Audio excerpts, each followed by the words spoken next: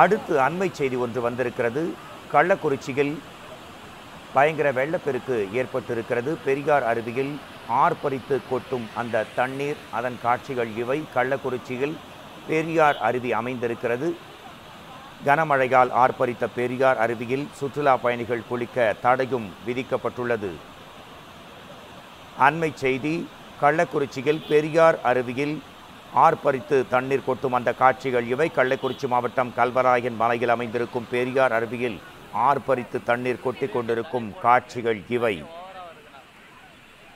கனமழையால் ஆர்ப்பரித்த பெரியார் அருவியில் சுற்றுலா பயணிகள் குளிக்க தடை விதிக்கப்பட்டிருக்கிறது.